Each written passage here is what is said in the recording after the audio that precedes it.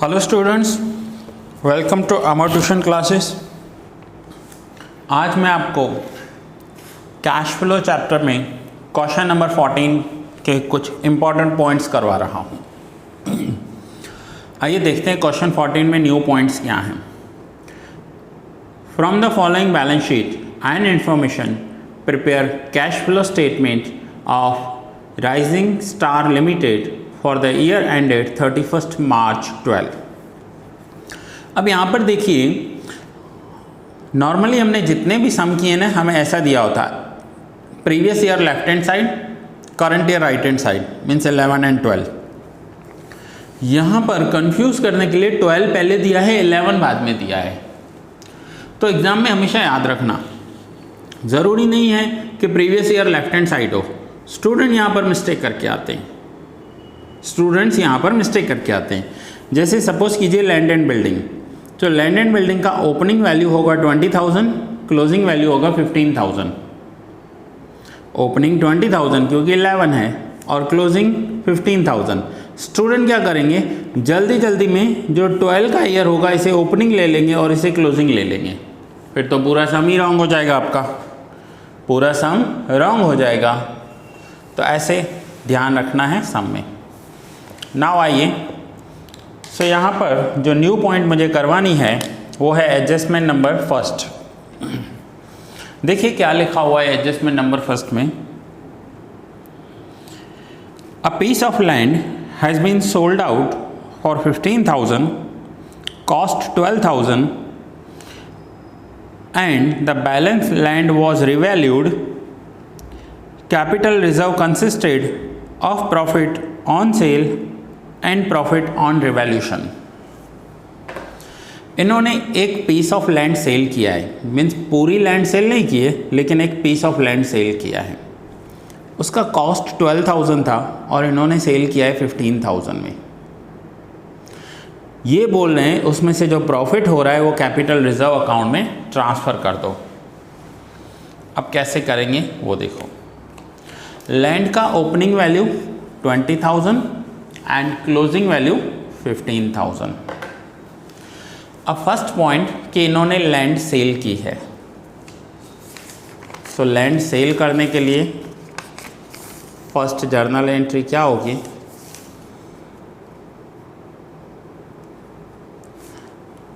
Bank account debit to land account 15,000।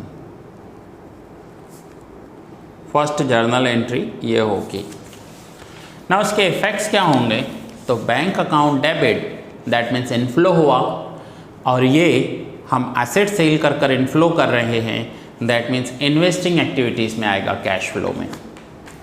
दूसरा effect, land account में credit करेंगे 15,000।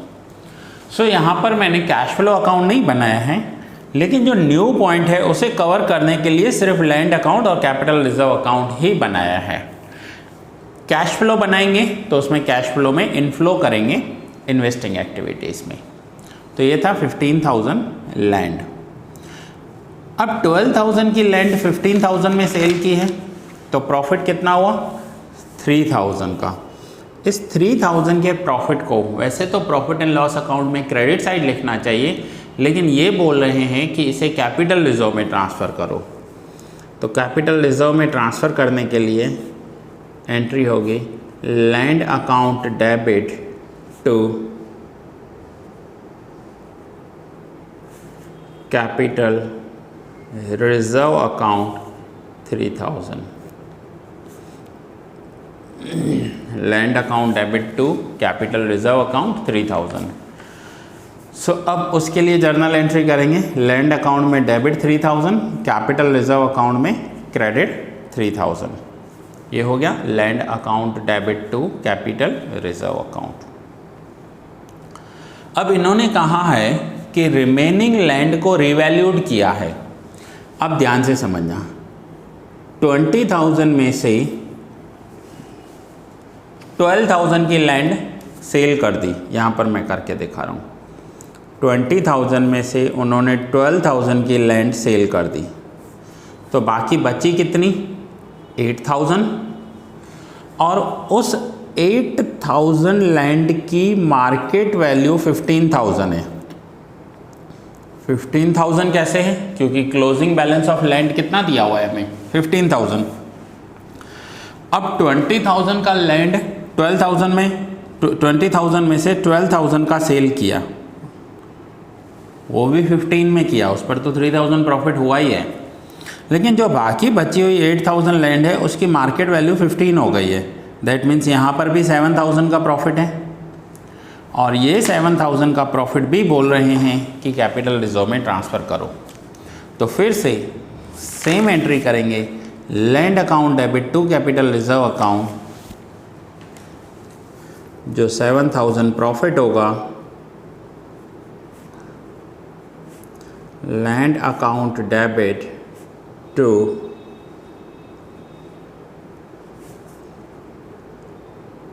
Capital reserve account 7,000।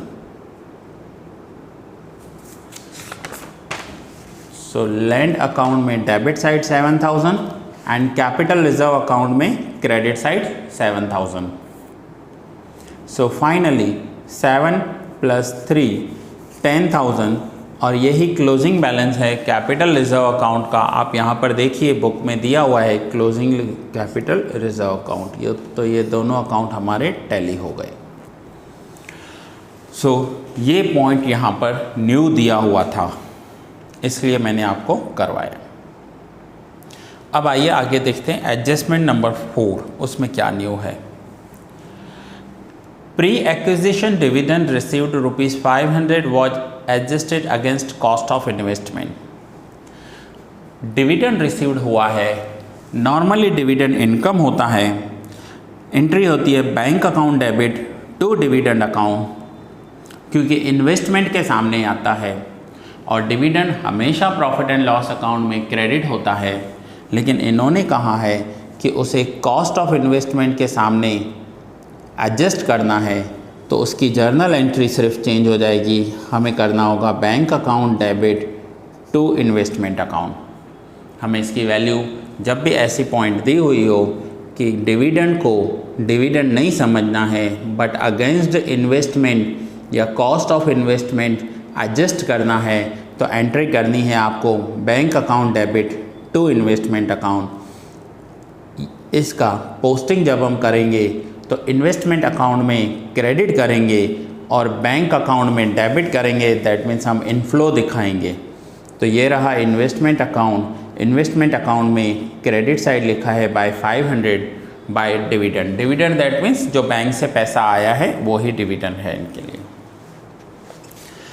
अब investment accounts की ओपनिंग और क्लोजिंग बैलेंस देख लेते हैं। So opening balance investment account का आप देखिए, मुझे बताइए कितना दिया हुआ है ओपनिंग।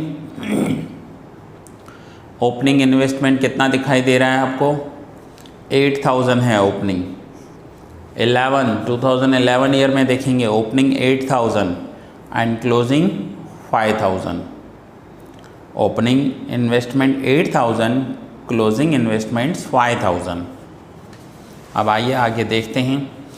क्वेश्चन में और भी कुछ पॉइंट दिए हुए हैं। मैंने बनाया voluntary separation cost and general reserve. पहले मैं इन दोनों के ओपनिंग क्लोजिंग लिख देता हूँ।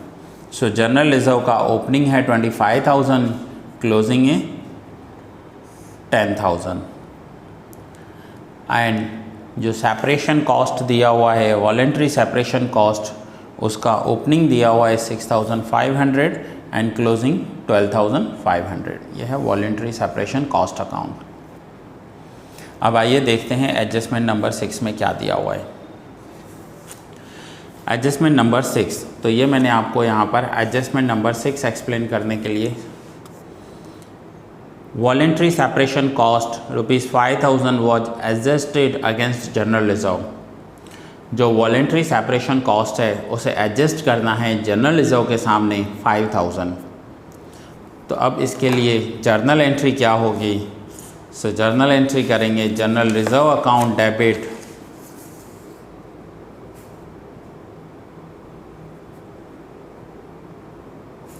General reserve account debit to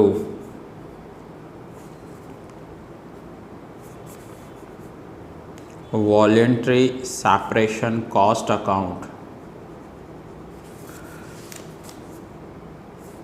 amount 5000।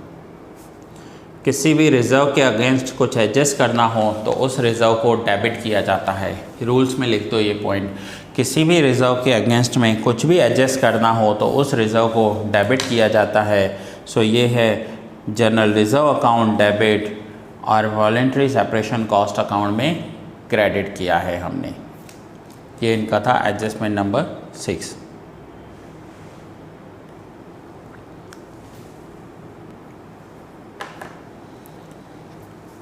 Now adjustment number 3. Part of investment cost 5000 was sold for 7000. Investment में से कुछ पार्ट इन्होंने 7000 में सेल किया था बट उसका कॉस्ट 5000 था। तो आइए अब हम इसकी एंट्री देखेंगे पहले। सो इसकी एंट्री क्या होगी, इन्वेस्टमेंट सेल की हैं, पैसा आ रहा है। So bank account debit 7000 to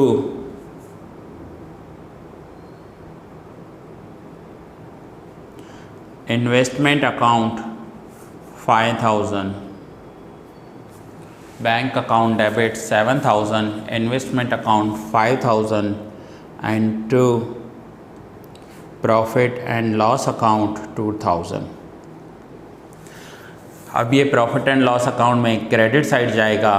that means cash flow statement में ऑपरेटिंग एक्टिविटीज़ में हम माइनस करते हैं। दूसरा, इन्वेस्टमेंट अकाउंट में हमने क्रेडिट किया है 5000। इसका मतलब है जब भी इन्वेस्टमेंट अकाउंट में क्रेडिट करेंगे तो इन्वेस्टमेंट अकाउंट बनाया होगा वहाँ पर एंट्री होगी। और बैंक अकाउंट डेबिट किया है, दैट मीन्स पैसा आ रहा है, इनफ्लो है, तो ये इन्वेस्टिंग एक्टिविटीज़ में इनफ्लो में दिखाएंगे। तो ये 5000 रुपीज़ इन्वेस्टमेंट अकाउंट में क्रेडिट करेंगे बाय बैंक अकाउंट। अब जैसे यहाँ पर बाय बैंक अकाउंट करेंगे, देखिए इन्वेस्टमेंट अकाउंट के सारे पॉइंट्स हो गए, हमने टोटल किया और जो डिफरेंस आ रहा है, अब पॉइंट को समझिए। 8000 के ओपनिंग इन्वेस्टमेंट थे, 5 के क्लोजिंग हैं और 5000 के सेल भी कर दिए। तो इसका मतलब है ये इन्वेस्टमेंट्स इन्होंने न्यू परचेज़ किए होंगे। और अगर इन्वेस्टमेंट्स परचेज़ हुए हैं तो इन्वेस्टिंग एक्टिविटीज़ में आउटफ्लो दिखाएंगे, इन्वेस्टिंग एक्टिविटीज़ में आउटफ्लो दिखाएंगे। दूसरा है वॉलेंट्री सेपरेशन कॉस्ट, इसे भी हम क्लोज करेंगे और डिफरेंस जो आ रहा है दैट इज़ 11000। ये जो डिफरेंस है ये बैंक अकाउंट, दैट मीन्स ये इन्होंने इन्वेस्ट किया होगा। एंड फाइनली जनरल रिजर्व में देखें, जनरल रिजर्व का कोई पॉइंट दिया हुआ है, हमें क्या करना है जनरल रिजर्व में।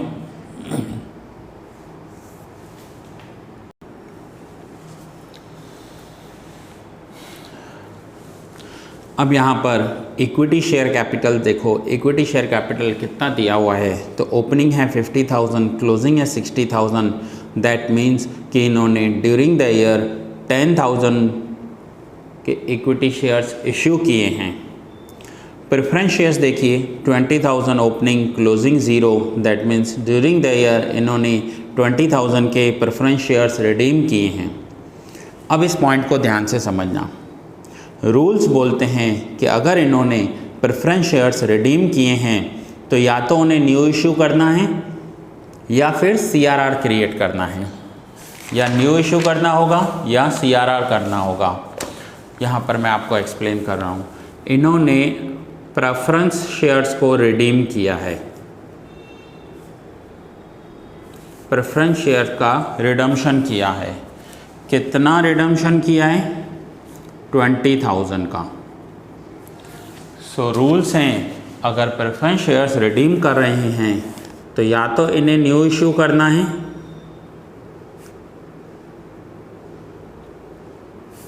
या फिर दूसरा ऑप्शन इन्हें CRR क्रिएट करना है।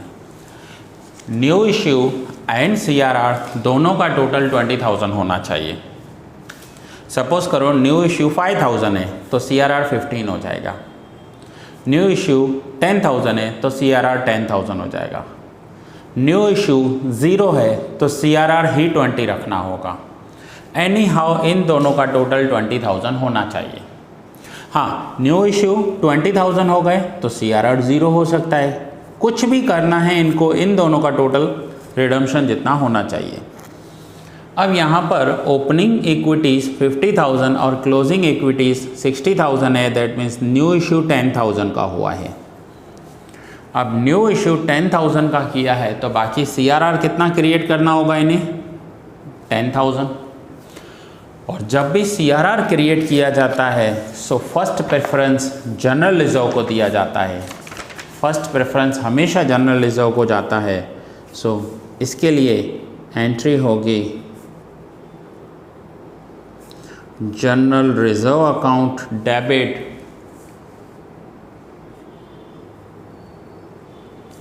10,000 टू CRR अकाउंट 10,000। अब यहाँ पर देखिए जनरल रिजर्व में हमने डेबिट किया टू CRR अकाउंट और CRR अकाउंट में क्रेडिट करेंगे बाय जनरल रिजर्व। सो CRR कैपिटल रिडम्पशन रिजर्व का ओपनिंग बैलेंस 0 है, क्लोजिंग बैलेंस 10,000 है जो आपका टैली हो जाएगा। CRR अकाउंट भी आपका टैली हो जाएगा। सो ये था क्वेश्चन नंबर 14 जिसमें आपके जो न्यू पॉइंट्स थे वो पॉइंट्स मैंने कवर किए हैं। ये क्वेश्चन आप नोट डाउन कर लो। मोस्ट ऑफ हमारे पॉइंट्स कैश फ्लो में हो गए हैं, लेकिन फिर भी एक और सम मैं आपको करवाऊंगा जिसमें हम पूरा सम करेंगे। ये मैंने आपको पूरा सम नहीं करवाया, ये मैंने क्या किया, जो कैश फ्लो स्टेटमेंट में जो न्यू पॉइंट है मैंने वो आपको करवाई।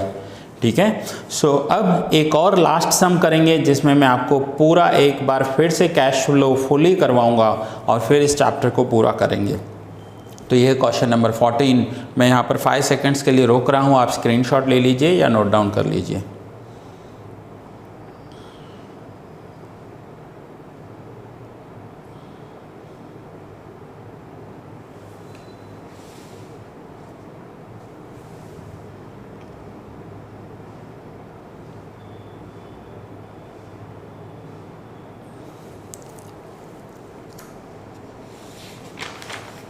ये हैं आपकी journal entries.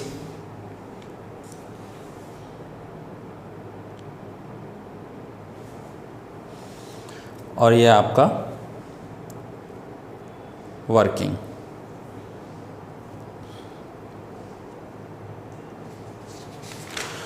So that's it friends, ये वीडियो यहाँ पर ही पूरा कर रहा हूँ। बहुत जल्द मिलते हैं नेक्स्ट लेक्चर में जिसमें हम पूरा फुल सम करेंगे कैश फ्लो स्टेटमेंट का।